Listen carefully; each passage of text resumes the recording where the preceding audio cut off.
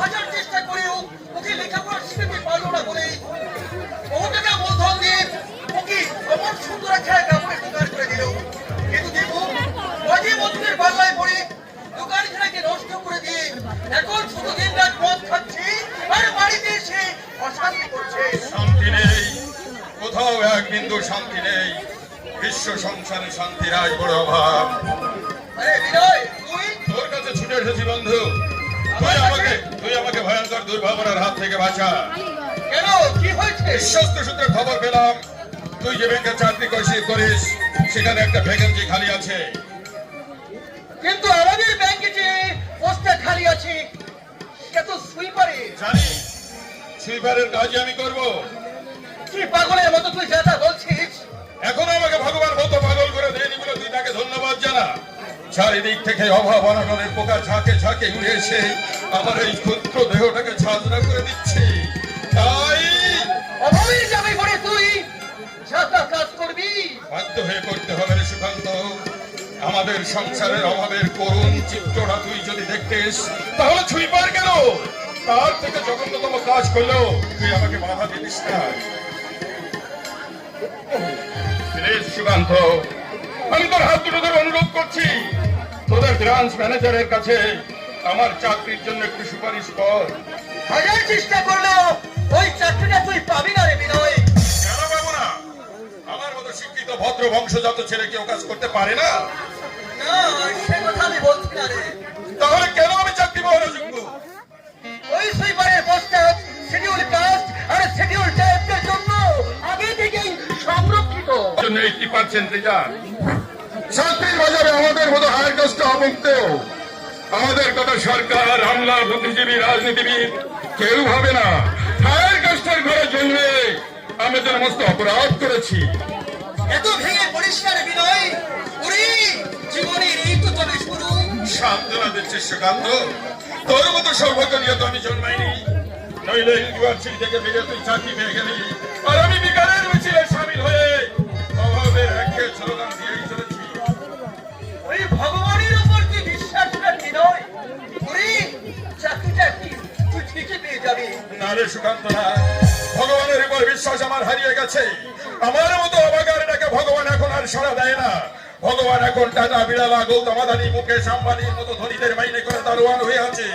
তাই সেই সব বড় লোকদের সন্দেশ, রসগোল্লা, রাজভোগের মতো রসল প্রসাদের লালসা পরিত্যাগ করে আমার মতো গরিব বিনয়ের 2 পয়সা শূন্য ভাতসার দিকে ভগবান ফিরে তাকায় না। ফিরে তাকাবার অবকাশ তার নেই। বিনয় শোন, শুনে যা। আমার কথা না শুনে বিনয় চলে গেল। আমি জানি, আমি বুঝি, অভাব মানুষকে কোনদিন স্থির থাকতে দেয় না। স্থির থাকতে পারছি না সুকান্ত। সংসারে নানা অশান্তি আমাকে স্থির থাকতে দিচ্ছে না। কবিতা, বলো বলো কি সিদ্ধান্ত তুমি নিলে? না এখনো আমি চূড়ান্ত সিদ্ধান্ত নিতে পারিনি। কারণ এ সংসারে অশান্তি। সত্যি কথা বলতে কি, সুদীপের জ্বালায় আমরা সবাই অতিষ্ঠ হয়ে উঠেছি। দিনের পর দিন তার অত্যাচারের সীমা ছাড়িয়ে যাচ্ছে। কিন্তু আমার বাবাও যে তার চূড়ান্ত আমাকে জানিয়ে রেখেছে, আর আমার মামা সেই যোগ্যে হতাহতি দিচ্ছে। তার মানে তোমার বাবার সেই বড় বন্ধুর ছেলে বড় ডাক্তার ঘরে ঘরে আমাদের বাড়িতে আসছে। আমার খরচ হয়েছে আমার মনের দখল নিতে। সাপ্রাণ চেষ্টা করছি।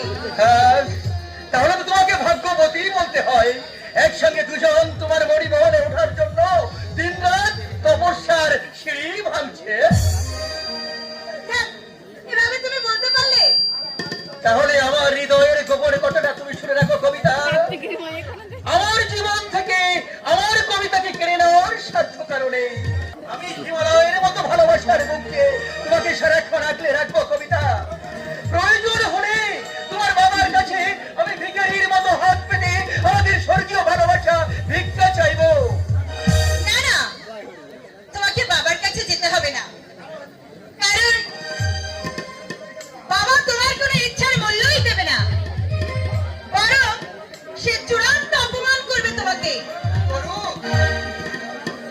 তোমাকে পাওয়ার জন্য আমি সব হাসি কান্না বেদনা হাসি মুখে সহ্য করতে পারি কবিতা, কিন্তু আমি যে সহ্য করতে পারবো না।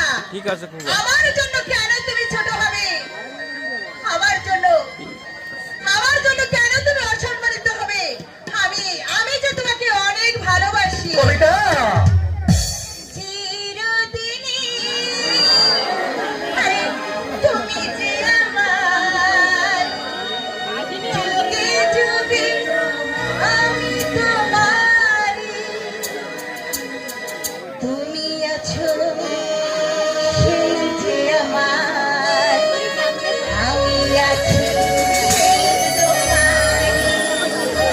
না না সঙ্গী,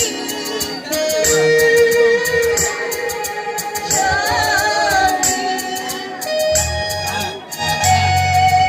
আমরা আমার সঙ্গী।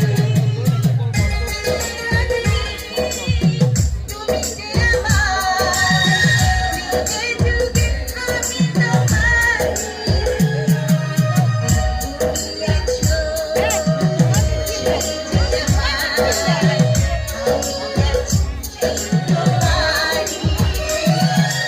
সঙ্গী, সঙ্গী, আমরা আমার সঙ্গী।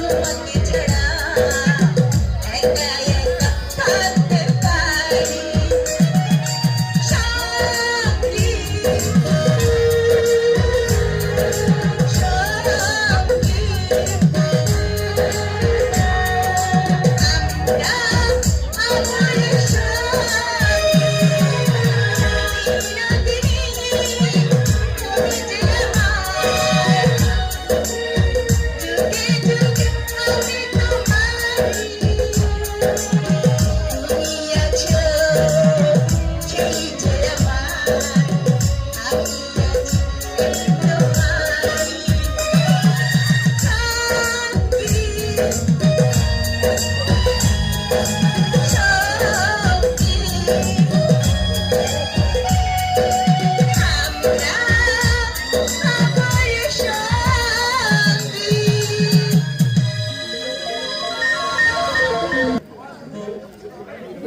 আমার জন্য কেন তুমি ছোট হবে?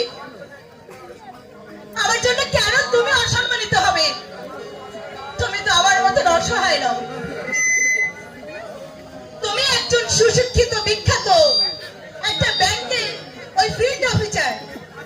তুমি কি পারবে না তোমার পৌরসত্বের অহংকারে আমাকে আমাকে আমার বাপের কাছ থেকে ছিনিয়ে নিতে? পারি কবিতা, আমি সবই পারি, কিন্তু আমার বিবেক যে আমাকে চোখ রাঙায়। কারণ তুমি তো জানো আমার দাদা সামান্য একজন চট কলেজ শ্রমিকের চাকরি করে সাত আহ্লাদ বিসর্জন দিয়ে কি কষ্ট সহ্য করে আমাকে মানুষ করে তুলেছে। আমার বর্দি কি নিদারুণ ত্যাগ স্বীকার করে আমাকে লেখাপড়া শিখাবার ইচ্ছা জুগিয়েছে। তাই আত্মসুখের জন্য ওদের হৃদয়ে আঘাত দিয়ে, ওদের দীর্ঘশ্বাস মাথায় নিয়ে, ওদের অনুশোচনার আগুনে পুড়িয়ে আমি এই সংসারে কিছুতেই আসতে চাই না সুকান্ত। তুমি তুমি তোমার বর্দার বর্দিকে বলে দিও আমিও তোমার কাছে কোনোদিন আর আসবো না। তবে আমি তোমাকে চূড়ান্ত সিদ্ধান্তটা জানিয়ে যাচ্ছি, তোমাদের সুখ দুঃখের ভাগী হতে আমি আমি স্বইচ্ছায় আমি আমার হৃদয়কে তোমার পায়ে উজাড় করে দিতে চাই সুকান্ত। তোমাদের দুঃখের ভাগী হতে আমার সত্যি সত্যি সম্মতি আছে সুকান্ত, আমার সত্যি সম্মতি আছে। কবিতার মতো এই সংসারের সম্পূর্ণ বেমানান। ওর স্ট্যাটাসের সঙ্গে আমাদের স্ট্যাটাসের আকাশ পাতাল ফারাক। সব জেনে শুনে তবু তবু ওকে হৃদয় দিয়ে আমি কি ভুল করেছি? আমি কি ভুল করেছি? জীবনে চলার পথে মুঠো মুঠো ভুলের পাথর ছড়ানো আছে, তবু মানুষ যে কেন ভুল করে তা আমি বুঝতে পারি না। ও কথা কেন বলছো বর্দি? তার আগে বল, যে মেয়েটা তোর কাছে এসেছিল ওরই নাম কবিতা, ওর কথাই আমি তোমাকে বলেছিলাম। ওর বাড়ি তো বলেছিলি বালিগঞ্জে। হ্যাঁ, বালিগঞ্জের বিশিষ্ট বিজনেসম্যান সরোজ বাবুর একমাত্র কন্যা ওই কবিতা। ষোড়শ বছর মেয়ে। সরোজ বাবুকে তুমি চেনো বর্দি? হ্যাঁ, না মানে আমি আমি কি করে চিনবো? হ্যাঁ, এবার ভাবছি এক ছুটির দিনে তোমাকে বালিগঞ্জে নিয়ে গিয়ে ওই সরোজ বাবুর সঙ্গে আমরা দুজনে আলাপ দিয়ে করে দিচ্ছি। দিয়ে আসবো। টেম্পল না না আমি যাবো না। কেন যাবে না বর্দি? ঠিক ওরা আছে যে বিরাট বড় লোক, আমাদের মতো গরিব মানুষদের ওরা অজয় দা ওরা গ্রাহ্য করবে কেন? না আমি যাবো না, আমি কিছুতেই যাবো না। ওই দিন ফাঁকায় কি লিয়া আর যদি ওরে গ্রাহ্য গেল। করি তাহলে ওদের সঙ্গে বর্দি ফাঁকায় কি লিয়া তাই দেন সমাধান রেখে কি আমরা ওই কথা সেই বলতে বলতে পারবো? পাঠাইছে। না পারবো না। এইভাবে বাসা নিয়েছেন। ধন্যবাদ। আচ্ছা ঠিক আছে বর্দা এ হতভাগা, বই কি ভেবেছিস তুই? আমার মতামত কি কোনো মূল্য নাই তোর কাছে? কেন দাদা, আমি আবার কি করলাম? বিদেশি পছন্দ করে ওই আলিগঞ্জের কাছে তোর জন্য একটা সাফারি তৈরি করে দিতে বললাম, আর তুই পরকালে সেই সাফারি করতে নিষেধ করে সাধারণ একটা সুতির ছাট দিয়ে তাকে একটা জামা তৈরি করতে বললি। ওই সাধ্যের কথা তো আমার অজানা নয়। জীবনে হবে না মনে হয় কতটুকু জেনেছিস? কি বাঁচালো। জেনেছিস তুই? লোক না হলে আমরা ব্যাংকের একটা ফিল্ড অফিসার হয়েও এই পোশাক পরে তুই অফিসে মেলাদের নাপ নিয়ে খেয়ে ভাই লোকে আমাকে যত বাজ কথা শুনে হয়। বলুক না বর্দা, বলুক। এই জগতে একদল মূর্খ আছে, তারা চাঁদের ওই নির্মল আলোটুকু না দেখে দেখে শুধু চাঁদের কলঙ্ক। সুকান্ত, হ্যাঁ বর্দা, হ্যাঁ।